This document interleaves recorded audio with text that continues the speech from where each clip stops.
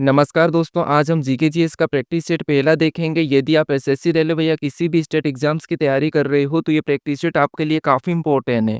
तो चलिए हम शुरू करते हैं प्रश्न 1 से। हमें पहला प्रश्न दिया है, प्रश्न कह रहा है कि मोहिनी अट्टम किस हिंदू देवता से संबंधित है। ऑप्शन में दिया है गणपति, ब्रह्मा, विष्णु और शिव। तो जो मोहिनी अट्टम शास्त्रीय नृत्य है ये किस हिंदू देवता से संबंधित है, तो ये हमारा विष्णु से है। तो ऑप्शन नंबर सी हमारा इस प्रश्न का सही जवाब होगा। ठीक है, अब मोहिनी अट्टम शास्त्रीय नृत्य ये किस राज्य का है, तो ये हमारा केरल का है। तो ये भी आप याद रखना। ठीक है, तो किस हिंदू देवता से संबंधित है, ये हमारा विष्णु से है। तो ऑप्शन नंबर सी हमारा इस प्रश्न का सही जवाब हो जाएगा। ठीक है, अब चलिए हम बढ़ते हैं प्रश्न 2 पे। अब दूसरे नंबर का प्रश्न दिया है। अब प्रश्न करा कि जगजीत सिंह गायन की किस विधा से संबंधित है। तो ऑप्शन में दिया है टप्पा, ध्रुपद, ठुमरी या गजल। तो जो जगजीत सिंह है, ठीक है, ये किस गायन विधा से संबंधित है, तो ये गजल से है। तो ऑप्शन नंबर डी हमारा इस प्रश्न का यहाँ पर सही जवाब होगा। ठीक है, किंग ऑफ गजल के नाम से भी इसे जाने जाते हैं। हम यहाँ पर एमसीक्यू सोल्व करेंगे तो ज़्यादा डिटेल में नहीं पढ़ेंगे। ठीक है, तो ऑप्शन नंबर गजल हमारा यहाँ पर सही जवाब होगा। अब चलिए हम बढ़ते हैं प्रश्न 3 पे। अब तीसरे नंबर का प्रश्न दिया है। अब प्रश्न करा कि लता मंगेशकर को भारत रत्न से कब सम्मानित किया गया था। तो जो लता मंगेशकर है, ठीक है, ये मध्य प्रदेश के इंदौर शहर की है और इसको भारत रत्न से कब सम्मानित किया गया है, तो इसे किया है 2001 में। तो ऑप्शन नंबर बी हमारा इस प्रश्न का सही जवाब होगा। ठीक है, इसे अभी तक 4 पुरस्कार मिल चुके हैं। तो देखिए 2001 में तो आपको पता है भारत रत्न, और 1999 में, ठीक है, 1999 में कौन सा मिला है, तो आप कहोगे पद्म विभूषण। ठीक है, कौन सा मिला है, पद्म विभूषण। अगर हम 1989 की बात करें, क्या करें, 1989 की बात करें, तो इसको यहाँ पर 89 में कौन सा मिला था, तो आप कहोगे दादा साहब फाल्के पुरस्कार। ठीक है, और 1901 और हमारा 69 की बात करें तो तब कब मिला था, तो तब मिला था पद्म भूषण मिला था। ठीक है, तो टोटल इन्हें 4 सम्मान मिला था। 2001 में कौन सा, तो भारत रत्न, 1999 में तो पद्म विभूषण, और 1989 में तो दादा साहब फाल्के पुरस्कार, और 1969 में पद्म विभूषण, सॉरी पद्म भूषण। ठीक है, तो हमारा यहाँ पर ऑप्शन नंबर बी इस प्रश्न का सही जवाब होगा। और ये कहाँ की है, तो मध्य प्रदेश की इंदौर शहर की है। ठीक है, अब चलिए हम बढ़ते हैं प्रश्न 4 पे। अब 4 नंबर का प्रश्न दिया है। अब प्रश्न ये कह रहा है कि निम्नलिखित में से कौन सा ऑस्कर पुरस्कार पाने वाले पहले भारतीय है। तो जो ऑस्कर पुरस्कार है, ठीक है, इसको पाने वाले पहले भारतीय कौन से हैं, तो वो है भानु अथैया। तो ऑप्शन नंबर ए हमारा इस प्रश्न का सही जवाब होगा। ठीक है, ऑस्कर पुरस्कार पाने वाले पहले भारतीय कौन हो जाएंगे, तो वो हो गए भानु अथैया। तो ऑप्शन नंबर ए हमारा इस प्रश्न का सही जवाब होगा। अब चलिए हम बढ़ते हैं प्रश्न 5 पे। अब 5 नंबर का प्रश्न दिया है। अब प्रश्न करा कि असम के किस शहर में हर वर्ष चाय महोत्सव मनाया जाता है। यानी जो चाय है ये असम राज्य में उत्पाद है। तो असम में किस शहर में हर वर्ष चाय महोत्सव मनाया जाता है, ये प्रश्न हमें पूछ रहा है। ठीक है, तो इसका सही जवाब क्या होगा, option number B Jorhat. Jorhat में हर वर्ष चाय महोत्सव मनाया जाता है। ठीक है, अब जो गुवाहाटी है, ठीक है, ये असम राज्य का सबसे बड़ा शहर है। ठीक है, कौन सा है, असम राज्य का सबसे बड़ा शहर है, लेकिन चाय महोत्सव हमारा जोरहाट में मनाया जाता है। तो ऑप्शन नंबर बी हमारा इस प्रश्न का सही जवाब होगा। ठीक है, अब चलिए हम बढ़ते हैं प्रश्न 6 पे। अब 6 नंबर का प्रश्न दिया है। अब प्रश्न कह रहा है कि मधुबनी चित्रकला शैली किस उत्पत्ति से किस राज्य से हुई। यानी मधुबनी चित्रकला शैली की उत्पत्ति किस राज्य से हुई, ये प्रश्न हमें पूछ रहा है। ठीक है, ऑप्शन में दिया है कर्नाटक, गुजरात, राजस्थान और बिहार। तो मधुबनी चित्रकला शैली ये बिहार से उत्पत्ति हुई इसकी। तो यहाँ पर ऑप्शन नंबर डी हमारा इस प्रश्न का सही जवाब होगा। बिहार के यहाँ पर मधुबनी एक कौन सा जिला है, तो किस गांव से ये मुझे कमेंट करके आप बताइए। ठीक है, अब चलिए हम बढ़ते हैं प्रश्न 7 पे। अब 7 नंबर का प्रश्न दिया है। अब प्रश्न ये कह रहा है कि सौर मंदिर भारत के किस राज्य में स्थित है। तो जो सौर मंदिर है, ठीक है, ये भारत के किस राज्य में स्थित है, ये शिव और विष्णु के नाम से जाना जाता है, भगवान शिव और विष्णु के नाम से। ठीक है, तो ये किस राज्य में स्थित है, तो ये हमारा ऑप्शन नंबर बी तमिलनाडु में। ठीक है, तमिलनाडु में आपको पता है एक यहाँ पर महाबलीपुरम करके ने एक स्थान है, ठीक है, वहाँ का है। ठीक है, तो ऑप्शन नंबर बी हमारा इस प्रश्न का सही जवाब हो जाएगा, तमिलनाडु। सौर मंदिर कहाँ का है, कहाँ पर स्थित है, ये तमिलनाडु में स्थित है। अब चलिए हम बढ़ते हैं प्रश्न 8 पे। अब 8 नंबर का प्रश्न दिया है। अब प्रश्न कह रहा है कि निम्नलिखित में से कौन सी प्रजाति संकटग्रस्त है। ठीक है, अब देखिए हम यहाँ पर केवल एमसीक्यू इसीलिए लगा रहे हैं ताकि आप देखिए डिटेल में पढ़ रहे होंगे तो आपको यहाँ पर इतिहास से, भूगोल से, अर्थव्यवस्था से, या फिर आपको साइंस से सभी क्वेश्चंस यहाँ पर मिलेंगे और वहाँ पर आप प्रैक्टिस लगाओगे। ठीक है, यहाँ पर आप सिर्फ प्रैक्टिस करोगे कि आपको यहाँ पर क्वेश्चंस कितने बन रहे हैं। ठीक है, तो यहाँ पर हमें प्रश्न क्या पूछ रहा है कि निम्नलिखित में से कौन-सी प्रजाति संकटग्रस्त है? तो देखिए यहाँ पर क्या दिया है, हिमालयी भूरा भालू दिया है, एशियाई चीता दिया है, एशियाई हाथी दिया है, धनेश पक्षी दिया है। तो इसका सही जवाब होगा ऑप्शन नंबर सी एशियाई हाथी, ठीक है? ये संकटग्रस्त है, तो ऑप्शन नंबर सी हमारा इस प्रश्न का सही जवाब होगा। अब जो धनेश पक्षी है तो आपको पता है कहाँ का है, हॉर्नबिल हॉर्नबिल एक महोत्सव भी मनाया जाता है, ये नागालैंड का है, ठीक है? कहाँ का है? नागालैंड का। तो इसका सही जवाब क्या होगा? ऑप्शन नंबर हमारा सी वाला एशियाई हाथी। अब एशियाई हाथी इसकी देखिए आईसीएन 1986 में इसको आईसीएन जो रेड डाटा बुक होती है उसमें शामिल किया था और या 2017 हाथी जनगणना के अनुसार 2017 में सबसे ज़्यादा इसकी जनसंख्या किस राज्य में थी? तो वो कर्नाटक में थी, ठीक है? कहाँ पर थी? कर्नाटक में। तो ऑप्शन नंबर सी हमारा इस प्रश्न का सही जवाब होगा। अब चलिए हम बढ़ते हैं प्रश्न 9 पे। अब 9 नंबर का प्रश्न दिया है। अब प्रश्न कह रहा है कि राष्ट्रीय डेयरी अनुसंधान संस्थान कहाँ स्थित है? ऑप्शन में दिया है करनाल, आणंद, लखनऊ, पालमपुर।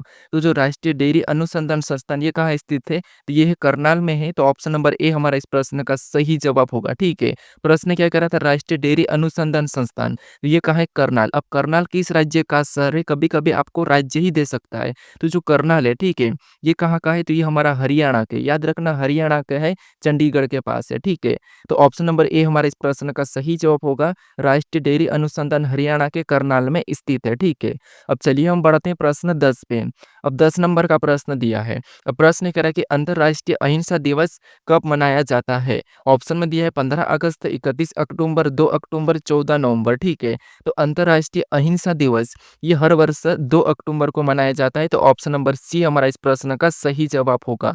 ये महात्मा गांधी की जयंती पर मनाया जाता है, ठीक है? अब देखिए, आपको यहाँ पर ऑप्शन में और भी दिया है जैसे 15 अगस्त, 31 अक्टूबर, 14 नवंबर। तो 14 नवंबर को आपको पता होना चाहिए बाल दिवस मनाया जाता है। कौन-सा दिवस? बाल दिवस। और 31 अक्टूबर को कौन-सा दिवस था? आपको हो गया यहाँ पर मनाया जाता है राष्ट्रीय एकता दिवस। कौन-सा? एकता दिवस, ठीक है? और 15 अगस्त को कौन-सा दिवस मनाया जाता है? ये आप मुझे कमेंट करके बताएँ, ठीक है? और अंतर्राष्ट्रीय अहिंसा दिवस कब मनाया जाता है? तो ये 2 अक्टूबर को मनाया जाता है महात्मा गांधी की जयंती पर, ठीक है? अब चलिए हम बढ़ते हैं प्रश्न 11 पे। अब 11 नंबर का प्रश्न दिया है। अब प्रश्न कह रहा है कि अंग्रेजी चैनल को तैर कर पार करने वाली प्रथम भारतीय महिला कौन थी? तो जो अंग्रेजी चैनल को तैर कर पार करने वाली प्रथम भारतीय महिला वो थी आरती शाह। ऑप्शन नंबर ए हमारा इस प्रश्न का सही जवाब होगा, ठीक है? इसको हिंदुस्तानी जलपरी भी कहते हैं, ठीक है? हिंदुस्तान की जलपरी भी किसे कहते हैं? आरती शाह को कहते हैं, ठीक है? ये कब पार करी थी? तो ये 1959 में यानी कि 1959 में इसने अंग्रेजी चैनल को तैर कर पार करा था, ठीक है? सन पूछे तो 1959, ठीक है? कौन? तो वो है आरती शाह। ऑप्शन नंबर ए हमारे इस प्रश्न का सही जवाब हो जाएगा।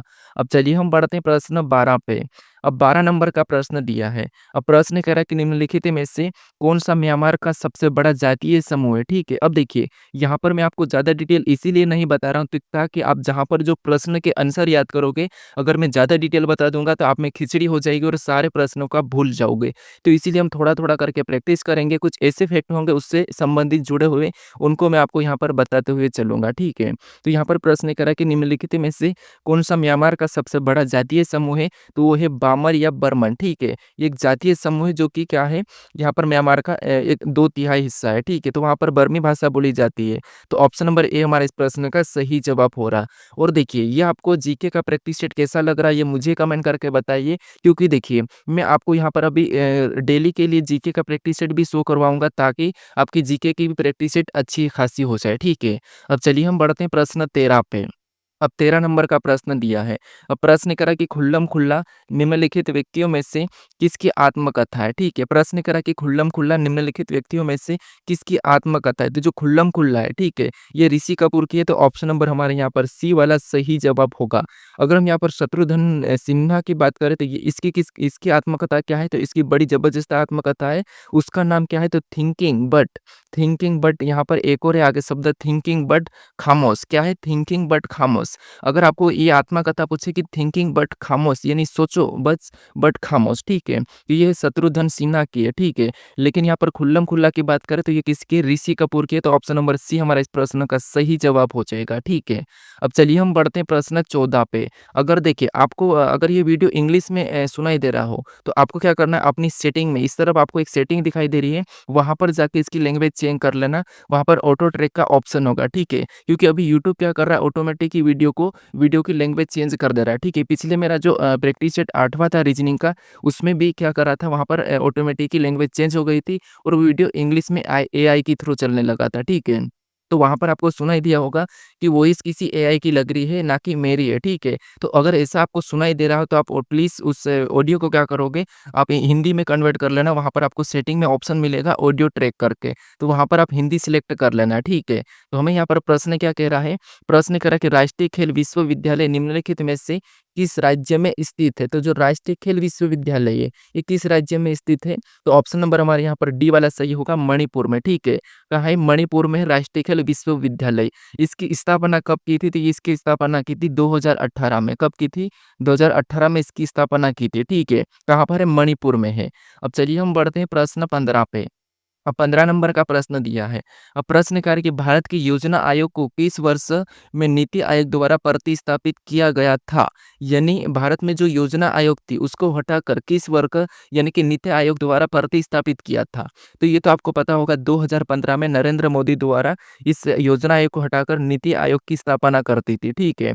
अगर आपको यहाँ पर डेट पूछे यानी 2015 में कब? तो आपको बताना 1 जनवरी। क्या बताना? 1 जनवरी बताना है, ठीक है। 1 जनवरी को यहाँ पर नीति आयोग का गठन किया था, ठीक है। नीति आयोग का गठन कब किया था? तो 1 जनवरी 2015। और एक और यहाँ पर प्रश्न बन सकता है कि योजना आयोग जो पहले थी उसको भंग कब कर दिया था? तो इसको भंग कर दिया था 2014 में, ठीक है। इसकी डेट एग्जैक्ट नहीं बताई लेकिन 2014 में इसको भंग कर दिया था, ठीक है। अगर आपको यहाँ पर मैं एक और प्रश्न बताऊँ कि योजना आयोग, ठीक है, जो योजना आयोग है, ठीक है, इसका गठन कब हुआ था? अब देखिए जो हमारी नीति आयोग है इसका तो 1 जनवरी 2015 को गठन हुआ था, लेकिन योजना आयोग का गठन कब हुआ था? तो ये याद रखना 15 मार्च, ठीक है। क्या याद रखना 15 मार्च यहाँ पर 1950, क्या रखना 1950 को इसका गठन हुआ था, ठीक है। 15 मार्च 1950 को इसका इसका योजना आयोग का गठन हुआ था और इसे भंग कब करा? तो 2014 में भंग कर दिया। उसके बाद कौन सी? तो नीति आयोग, ठीक है। नीति आयोग 1 जनवरी 2015 को यहाँ पर गठन हुआ था, ठीक है। और किसके द्वारा? तो नरेंद्र मोदी द्वारा। तो ऑप्शन नंबर डी हमारा यहाँ पर सही जवाब हो जाएगा। अब चलिए हम बढ़ते हैं प्रश्न 16 पे। अब 16 नंबर का प्रश्न दिया है। प्रश्न कह रहा है कि होमो इरेक्टस का एक कपाल निम्न में से किस स्थल से प्राप्त हुआ था? यानी कि होमो इरेक्टस का एक कपाल मिला था और निम्नलिखित में से किस स्थल से प्राप्त हुआ था? ये हमें प्रश्न पूछ रहा है, ठीक है।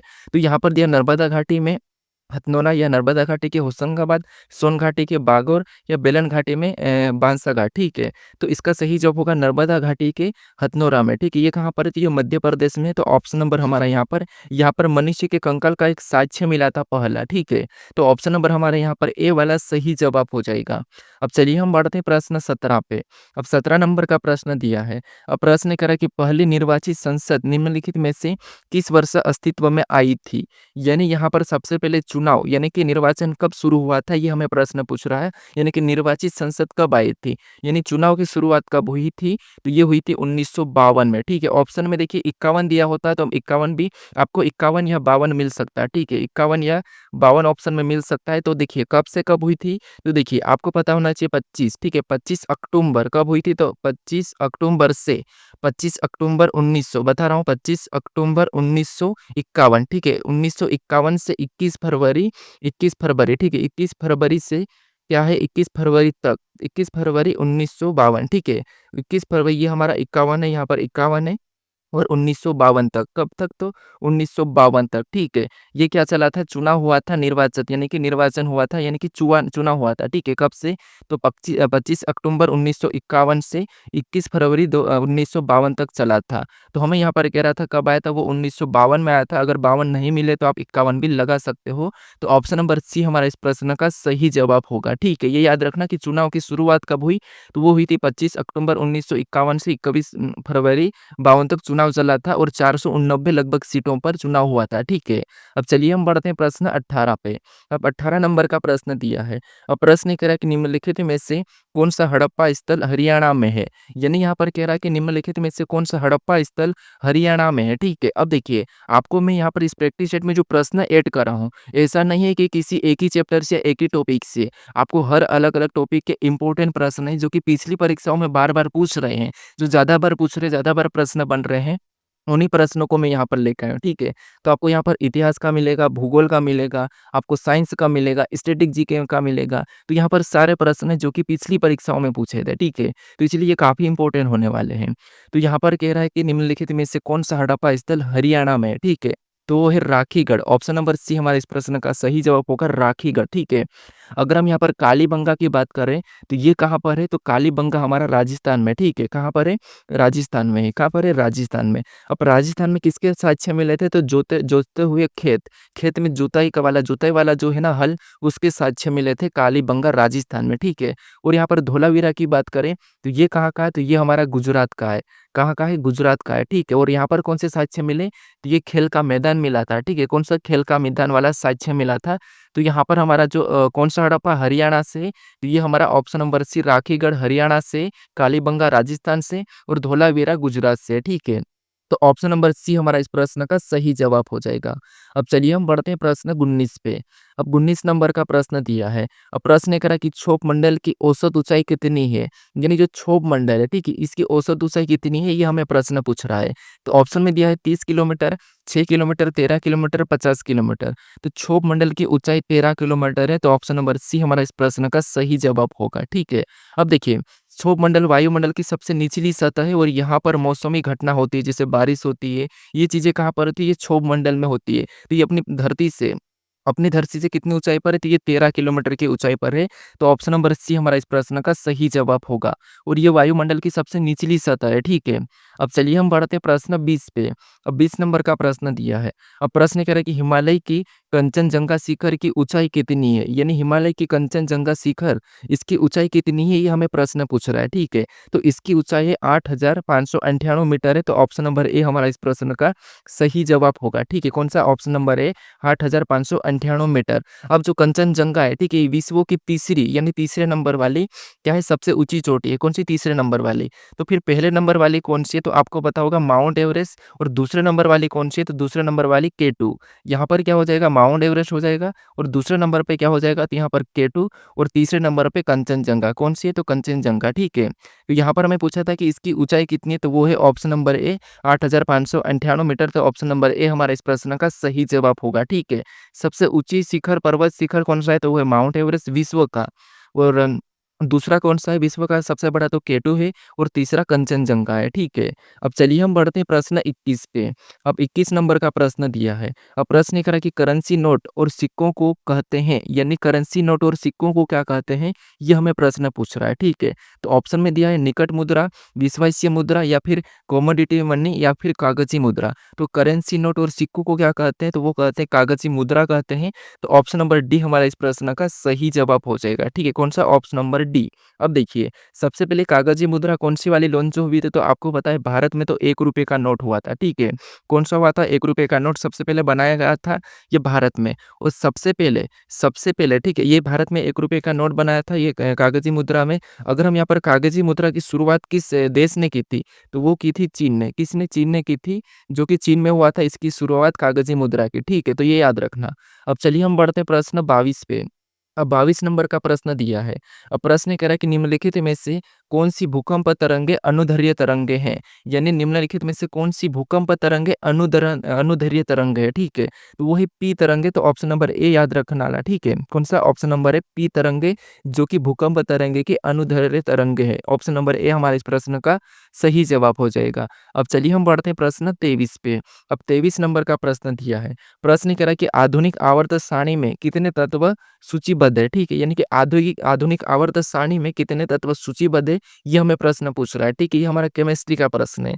तो इसका सही जवाब होगा, आपको पता ही होगा, ऑप्शन नंबर डी 118 यहाँ पर आवर्त सारणी है, ठीक है? आवर्त सारणी में तत्व कितने हैं? तो आप कहोगे 118 है, तो ऑप्शन नंबर डी हमारा इस प्रश्न का सही जवाब हो जाएगा। अब चलिए हम बढ़ते हैं प्रश्न 24 पे। अब 24 नंबर का प्रश्न दिया है। अब प्रश्न ये कह रहा है कि मानव फेफड़ों द्वारा छोड़ी गई कार्बन डाइऑक्साइड का प्रतिशत कितना होता है, ठीक है? यानी जो हम मानव द्वारा यानी कि जो हमारे द्वारा फेफड़े द्वारा छोड़ी गई कार्बन डाइऑक्साइड का प्रतिशत कितना होता है? यानी जो हम फेफड़े द्वारा कार्बन डाइऑक्साइड छोड़ते हैं, उसका कितना प्रतिशत छोड़ते हैं, ये हमें प्रश्न पूछ रहा है। तो ये ऑप्शन नंबर है 4.4 यानी कि 4.4% हम क्या करते हैं? छोड़ते हैं, ठीक है? अब आपको पता है वायुमंडल में लगभग 78% तो नाइट्रोजन गैस है, वो लगभग 21% ऑक्सीजन है, वो लगभग 0.04 ये लगभग कार्बन डाइऑक्साइड है, ठीक है। तो ये हमारे यहाँ पर आपने एक और नोटिस करा होगा कि यहाँ पर जो नाइट्रोजन गैस है ये 78% क्यों है? बाकी ऑक्सीजन की ज़्यादा ज़रूरत पड़ती है, तो फिर ऑक्सीजन 21% ही क्यों है? ये भी तो आपने नोटिस किया होगा, ठीक है। तो इसका सर्च करके आप देख लेना, बाकी मुझे पता है लेकिन इतना डिटेल बताऊँगा तो काफ़ी समय लग सकता है, ठीक है। और बाकी कार्बन डाइऑक्साइड की मात्रा इतनी कम क्यों है और यहाँ पर इसकी क्या वैल्यू है और ऑक्सीजन की क्या वैल्यू और इतनी ज़्यादा अगर नाइट्रोजन गैस है, तो इसकी इतनी ज़्यादा क्यों है और ये इसका वैल्यू क्या है, ये आप थोड़ा-सा जान लीजिए, ठीक है। अब चलिए हम बढ़ते हैं प्रश्न 25 पे। अब 25 नंबर का प्रश्न दिया है। अब प्रश्न कह रहा है कि मानव रक्त का पीएच कितना होता है? यानी मानव रक्त का पीएच, खून का पीएच कितना होता है? ये हमें प्रश्न पूछ रहा है। तो इसका सही जवाब होगा ऑप्शन नंबर है 7.4, ठीक है? क्या होगा 7.4। कभी-कभी आपको देखिए इसकी रेंज या तो आपको 7.35 से कहाँ तक मिल सकती है? तो 7 पॉइंट यहाँ पर आपको 45 तक भी इसकी रेंज मिल सकती है, ठीक है? या फिर आपको ऑप्शन में ये भी मिल सकता है कि 7.41 मिल सकता है या फिर आपको 7.38 मिल सकता है, तो ये भी आपको लगाना है, ठीक है? कभी 7.4 को ना मिलते हुए आपको ये भी ऑप्शन मिल सकता है, ठीक है? तो ऑप्शन नंबर ए हमारा इस प्रश्न का सही जवाब होगा, ठीक है? तो ये यहाँ पर हमने 25 प्रश्नों को सोल्व कर लिया है और ये 25 प्रश्न आपको कैसे लगे ये मुझे आप कमेंट करके बताइए और ये जीके जीएस का प्रैक्टिस सेट भी आपको कैसा लगा ये भी मुझे कमेंट करके बताइए, ठीक है? अगर आप देखिए अभी तक इस चैनल को सब्सक्राइब नहीं कर रखे हो, तो इस चैनल को ज़रूर सब्सक्राइब कर लीजिए, ठीक है? और देखिए अगर आपको ये वीडियो अगर इंग्लिश में सुनाई दे रहा हो तो आप सेटिंग में जाकर इस कोने में सेटिंग में जाके इस वीडियो की लैंग्वेज को ज़रूर चेंज कर लें क्योंकि यूट्यूब ऑटोमेटिकली लैंग्वेज चेंज कर रहा है, ठीक है? क्योंकि मैंने पिछली वीडियो में भी देखा था।